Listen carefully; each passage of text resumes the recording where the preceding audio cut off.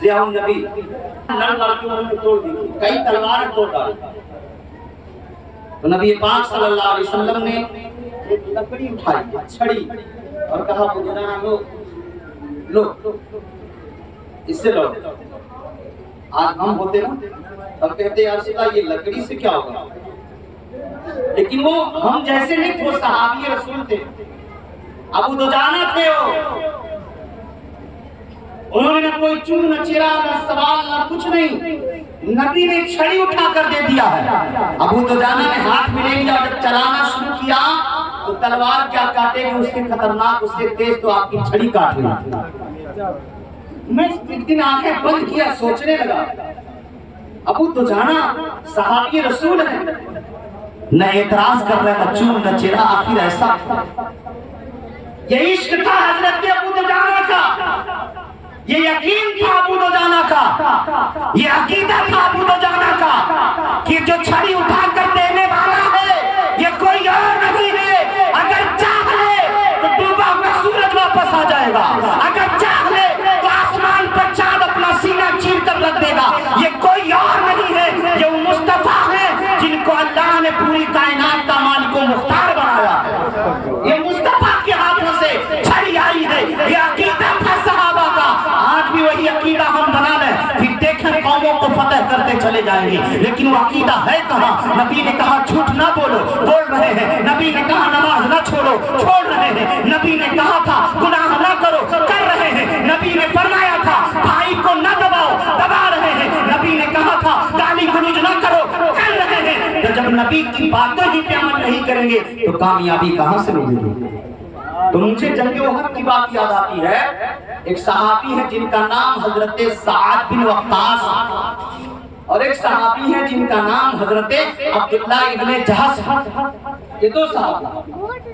بعض کتابوں میں آتا ہے کہ عبداللہ ابن جہش وہی ہیں جو رشتے میں نبی پاک صلی اللہ علیہ وسلم کے سالے بھی لگتے ہیں، اور غالباً حضرت عبداللہ ابن جہش کو حضرت امیر حمزہ کے ساتھ دفن بھی کیا گیا۔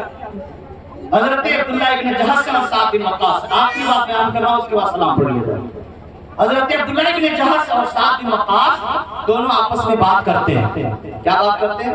حضرت عبداللہ نے کہا اے میرے بھائی سعد، ابھی جنگ نہیں ہو رہی ہے، ابھی جنگ نہیں ہو رہی ہے، چلو کنارے چل کر کے دعا کر لیتے ہیں۔ کہا ٹھیک۔ دونوں صحابی میدان سے کنارے ہوئے۔ اب حضرت عبداللہ دعا کر رہے، اے اللہ جنگ ہونے والی ہے، اے اللہ جب جنگ شروع ہو جائے تو دشمنوں کی تلوار ہو میری گردن ہو، میری گردن دشمنوں کے تلوار سے کاٹ دی جائے، دشمن کے تلوار سے میرے بازو کاٹ دیے جائے، دشمن کے تلوار سے میری انگلیاں کاٹ دی جائے، دشمن کی تلوار سے میری آنکھیں نکال لی جائے، دشمن کے تلوار سے میرے بدن کی بوٹی بوٹی کر دی جائے، اس طرح دعا کرو۔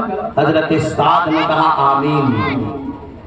اب حضرت سعد دعا کر رہے ہیں، اب حضرت عبداللہ آمین کہہ رہے ہیں۔ حضرت سعد کہہ رہے ہیں میرے پروردگار میرے بازو میں اتنی طاقت دے دے دشمنوں کو میں چیرتا چلا جاؤں، مذہب اسلام کو بلند کرتا چلا جاؤں، پرچم اسلام کو بلند کرتا چلا جاؤں، کوئی دشمن میرے مقابلے میں آئے اسے کاٹتا چلا جاؤں، اے مولا میرے ہاتھوں میں اتنی طاقت دے دے۔ حضرت عبداللہ نے کہا آمین۔ جب دونوں کی دعا مکمل ہو گئی، حضرت سعد نے کہا اے عبداللہ آج تک میں نے کسی سے ایسی دعا نہیں سنی ہے جو آپ نے دعا مانگی ہے۔ کہا کیا؟ کہا آپ نے کہا اللہ دشمن کی تلوار سے میری گردن کاٹ دی جائے، میرے ہاتھ کاٹ دی جائیں، پیر کاٹ دی جائیں، آنکھیں پھوڑ دی جائیں، میرے بدن کی بوٹی بوٹی کر دی جائے، آپ نے ایسی دعا مانگی؟ کہا ہاں میں نے ایسی دعا مانگی۔ کہا ایسا کیوں؟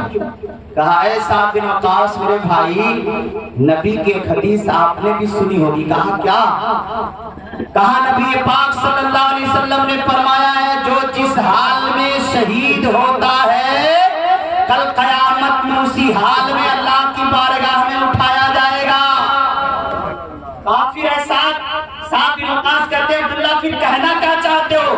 حضرت عبداللہ نے کہا میری تمنا یہ ہے، میری آرزو یہ ہے، میری گردن کٹے، میرے بازو کٹے، میری آنکھ پھوڑ دی جائے، میرے کان کاٹ دیے جائے، میری ناک کاٹ لی جائے، میرے بدن کی بوٹی بوٹی کر دی جائے، میرے بدن کا قیمہ بنا دیا جائے۔ کہا کیوں؟ کہا جب قیامت میں مجھے اٹھایا جائے تو میری گردن کٹی ہو، بازو کٹے ہو، ہاتھ کٹے ہو، پیر کٹے ہو، کان کٹے ہو، آنکھیں پھوٹی ہو، تاکہ جب پروردگار پوچھے اے عبداللہ تیری گردن کیوں کٹی، تیرے بازو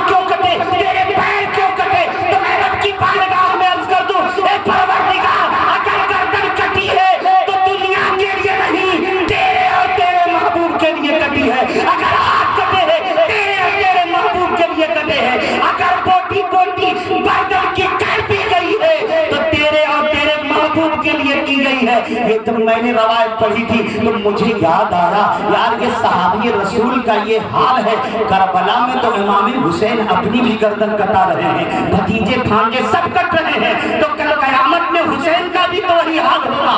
پروردگار پوچھے گا میرے حسین تیری گردن کیوں الگ ہوئی ہے؟ تو حسین کہیں گے مولا تیرے نبی کی شریعت کے لیے عسکر کیوں کٹا، نبی کی شریعت کے لیے اکبر کیوں کٹا، نبی کی شریعت کے لیے قاسم کی جوانی کیوں لٹی، نبی کی شریعت کے لیے اولو محمد کیوں کٹے، نبی کی شریعت کے لیے عباس علمدار کے بازو کیوں شہید ہوئے، نبی کی شریعت کے لیے حسین اپنی گردن کیوں کٹائی، نبی کی شریعت کے لیے، جس شریعت کے لیے حسین کرب و بلا میں سب کچھ قربان کر گئے۔ ہم عاشقوں کو چاہیے کہ حسینی کردار اپنے اندر پیدا کریں، حسینی جذبہ اپنے اندر پیدا کریں۔ اللہ فرماتا ہوا سماکم المسلمین، وہی رب ہے جس نے تمہارا نام مسلمان رکھا۔ اللہ تعالی ہمیں اور آپ سب کو سمجھ کر عمل کی توفیق رفیق عطا فرمائے۔ وآخر دعوانا الحمدللہ رب العالمین۔